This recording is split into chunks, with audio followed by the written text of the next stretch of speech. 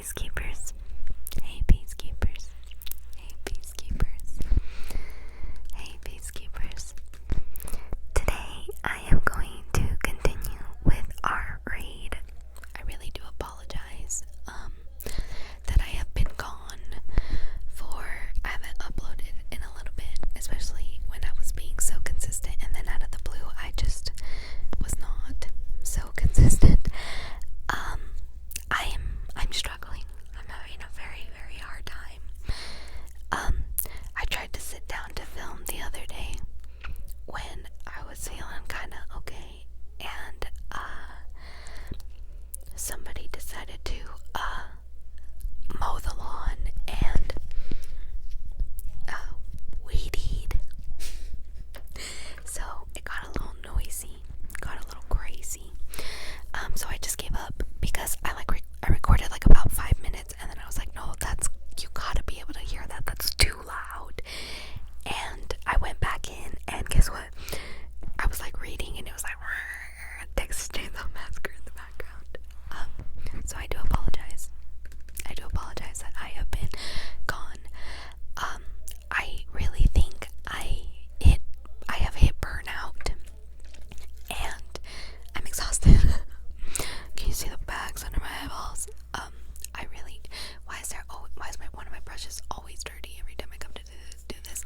I don't use these. The brushes that I use are in my makeup bag, so these ones are just like chilling out in the air, and they're always dirty. So or they always have my hair on them. So that can't ever be.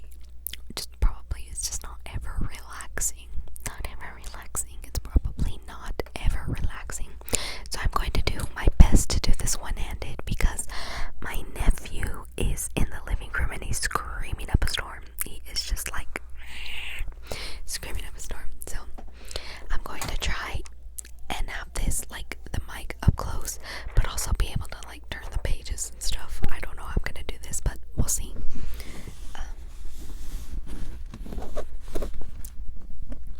Sorry, this is gonna be really challenging. Actually, because when I stopped reading last time, when I tell you I was filming before, and then I stopped, I saved my spot. I saved my place under there instead of where I was. Okay, sorry. I know this is probably gonna be like really loud and unnecessary, but I think it's the only way I'll be able to film. So, chapter 18. I'm really struggling right now. Okay, chapter 18, Grace. That night, Sam stayed in my bed again. Chastely perched on the furthest edge of the mattress, but somehow during the night, our bodies migrated together. I woke early in the morning, long before dawn, the room washed clean by pale moonlight, and found that I was pressed up against Sam's back, my hands balled up to my chest like a mummy. I could just barely see the dark curve of his shoulder, and something about the shape of it the gesture it suggested filled me with a sort of fierce, awful affection. His body was warm and he smelled so good, like wolf and trees and home. Then I buried my face in his shoulder and closed my eyes again. He made a soft noise and rolled his shoulders back against me, pressing closer. Right before I drifted back to sleep again, my breathing slowing to match his, I had a brief, burning thought. I can't live without this.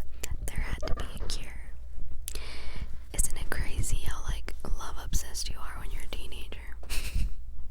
Not saying I'm not now, but it's like really fiery, burning passion when you're a teenager. There's just something about me reading this book as a teenage, like a young adolescent, that I was like, yeah, I need a wolf that could really love me, Chapter 19, Grace. The next day was unseasonably fair, too beautiful to be going to school, but I couldn't skip a second day without coming up with a really good excuse. It wasn't that I'd get too far behind.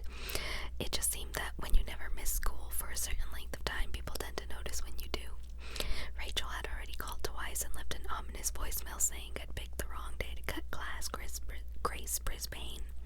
Olivia hadn't called since our argument in the hall, so I guess that meant we weren't on speaking terms. Sam drove me to school in the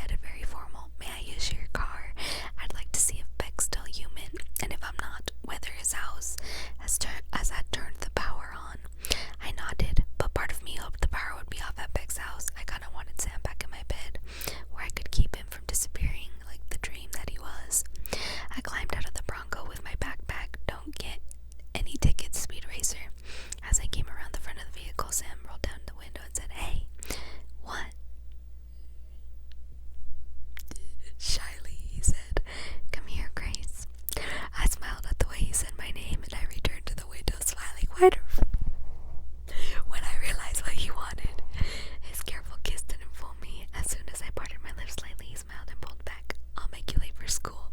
I grinned. I was on top of the world. You'll be back at 3.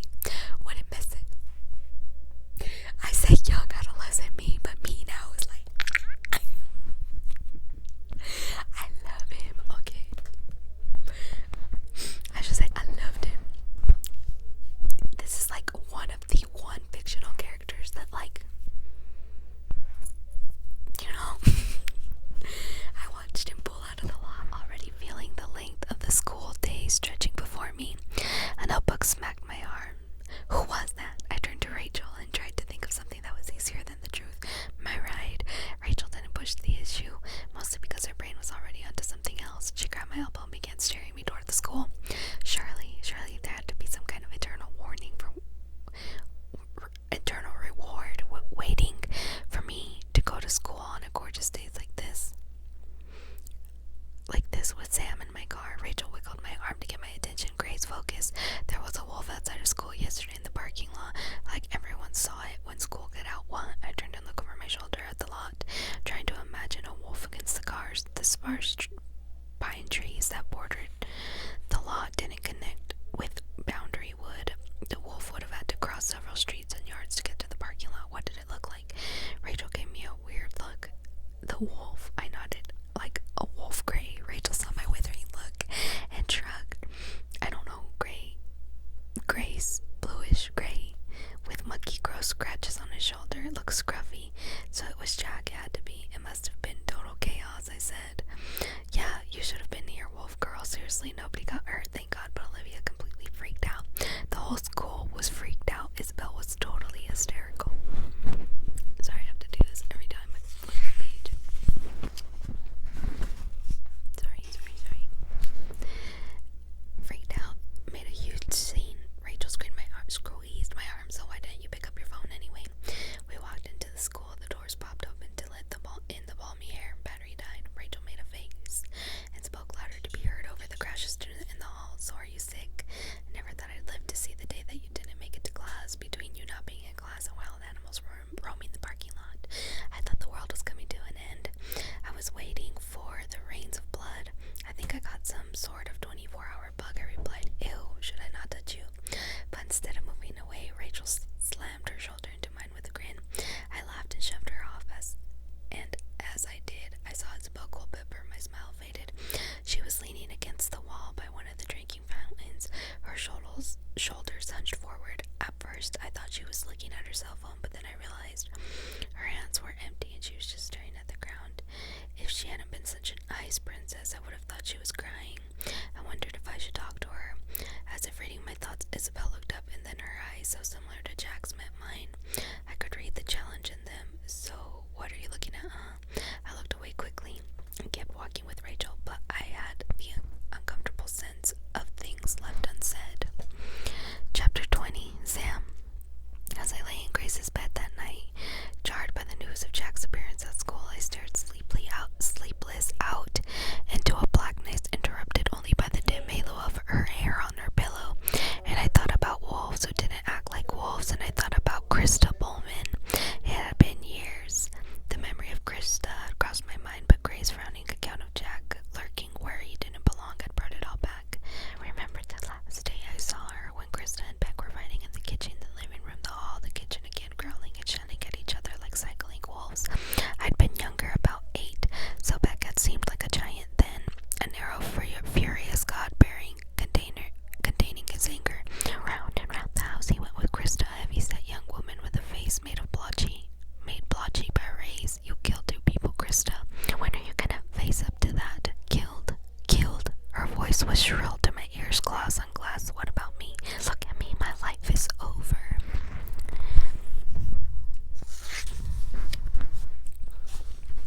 It's not over, Beck snapped. You're still breathing, aren't you? Your heart's still beating. I can't say the same for your 2 victims. I remember shrinking back at Krista's voice, a throaty, barely understandable scream.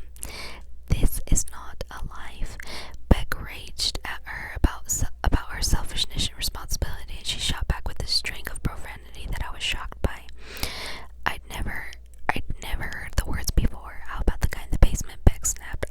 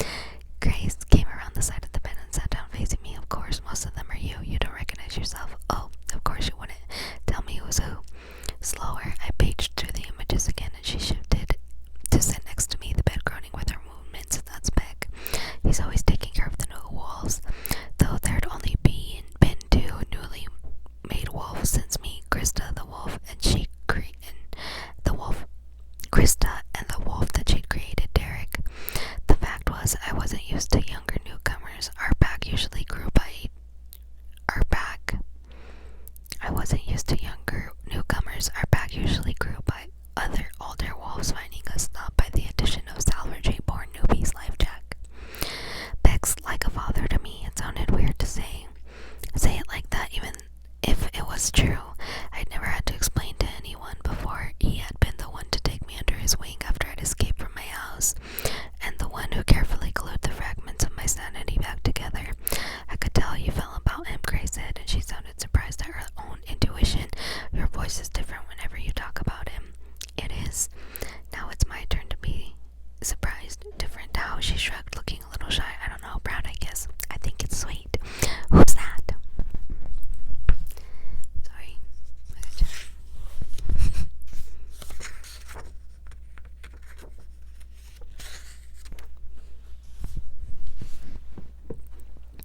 Shelby, I said, and there was no pride in my voice for her. I told you about her before. Grace washed my face. The memory of the last time Shelby and I had seen each other made my gut twist uncomfortably. She and I don't see things the same way. She thinks being a wolf is a gift. Besides me, Grace nodded, and I was grateful to leave it at that. I flipped through the next few photographs, more of Shelby and Beck, until I paused at Paul's black form. That's Paul. He's our pack leader when we're wolves. That's Ulrich next to him. I pointed to the brown-gray wolf besides Paul. Ulrich's like a crazy uncle, sort of, a German one. He swears a lot. Sounds great. He has a lot of fun. Actually, I should have said was a lot of fun. I didn't know if this had been his last year, if he might still have another human summer in him. I remembered his laugh like a flock of crows taking off, and the way he held on to his German accent like he couldn't be Ulrich without it. Are you okay? Grace asked, frowning at me. I shook my head, staring at the wolves in the photographs, so clearly animals when seen through human eyes. My family, me, my future. Somehow the photographs blurred a line I wasn't ready to cross yet. I realized Grace had her arm around my shoulder, her cheek leaning against me, comforting me even though she couldn't possibly understand what was bothering me. I wish you could have met them, I said, when everybody was human. I don't know how to explain to her what an enormous part of me they were, their voices and faces as humans, and their scents and forms as wolves. How lost I felt now. Oh my gosh, my mom just turned on the blender. Okay, sorry. Oh, wait, she stopped. Hopefully that's it. Oh my god, I'm so sorry. These are so erratic. I am so sorry. Okay. Enormous part of me they were, their voices and faces as humans, and their scents and forms as wolves. How lost I felt now. The only one wearing human skin. Tell me something about them, Grace said, her voice muffled against my t-shirt. I let my mind flint over memories. Beck taught me how to hunt when I was 8. I hated it. I remember standing in Beck's living room, staring out to the first ice-covered tree branches of winter, brilliant and winking in the morning sun. The backyard seemed like a dangerous and alien planet. Why did you hate it? Grace asked. I didn't like the sight of blood. I didn't like hunting things. I was 8. In my memory, I seemed small, ribby, innocent. I had spent all of my previous summer letting myself believe that this was winter with Beck. That this winter with Beck would be different, that I wouldn't change, and that I'd go on eating the eggs Beck cooked me forever. But as the nights grew colder and even the short trips outside made my muscles shake, I knew the time was coming soon when I wouldn't be able to avoid the change and that Beck wouldn't be around to cook much longer, but that didn't mean I would go willingly. Why hunt then? Grace asked, ever logical. Why not just leave food out for yourselves, huh? I asked Beck the same question and Ulrich and said, huh? Do you want to do that for the raccoons and possums too? Grace laughed undully, delighted by my lousy impression of Ulrich's accent. I felt a rush of warmth in my cheeks, and it felt good to talk to her about the pack. I loved the glow in her eyes and the curious quirk in her mouth. She knew what I was, and she wanted to know more. But that didn't mean it was right to tell her. Someone outside the pack, Beck had always said that the only people we have to protect us is us. But Beck didn't know Grace, and Grace wasn't only human.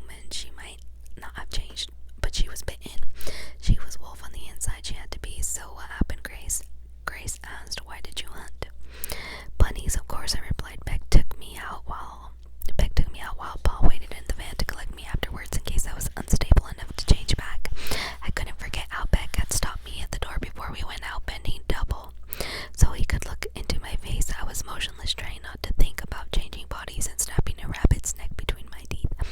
About saying goodbye to Beck for the winter, he had taken my thin shoulder in his hand and said, "Sam, I'm sorry, don't be scared." I hadn't said anything because I was thinking it was cold and Beck wouldn't change back after the hunt, and then I'd have no one who knew how to cook my eggs right. Beck made perfect eggs. More than that, Beck kept me, Sam. Back then, with the scars on my wrist still so fresh, I'd been so dangerously close to fracturing into something that was neither a human nor a wolf. "What are you thinking about, Grace?" asked. "You stopped talking." I looked up. I hadn't realized I'd looked away from her. "Changing." Grace's chin pressed into my shoulder as she looked into my face. Her voice was hesitant. She asked me a question she asked before. "Does it hurt?" I thought of the slow, agonizing process to change, the bending of muscles, the bulging of skin, the grinding of bones. The adults had always tried to hide their shifts from me, wanting to protect me, but it wasn't seeing them change that scared me. The sight only made me pity them, since even Beck groaned with pain of it. It was changing myself that terrified me. Even now, forgetting Sam, I was a bad liar, so I didn't bother to try. "Yes, kinda makes me sad to think you having to do that as a little kid," Grace said. She was frowning at me, blinking two shining eyes. "Actually, it bothers me a lot. Poor little Sam." She touched my chin with a finger. I leaned into her hand. I remember being so proud that I hadn't cried while I changed that time, unlike when I was younger and my parents had watched me, eyes round with horror. I remember Beck the wolf bounding away and leading me into the woods, and I remember the bitter sensation of my first kill on my muzzle. I had changed back again after Paul bundled up in a coat and hat had retrieved me. It was in a van on the way home. That loneliness hit me. I was alone. Beck wouldn't be human again that year. Now it was like I was 8 years old all over again, alone and newly scarred. My chest ached, my breath squeezed out of me. "Show me what I look like," I asked Grace. "Tell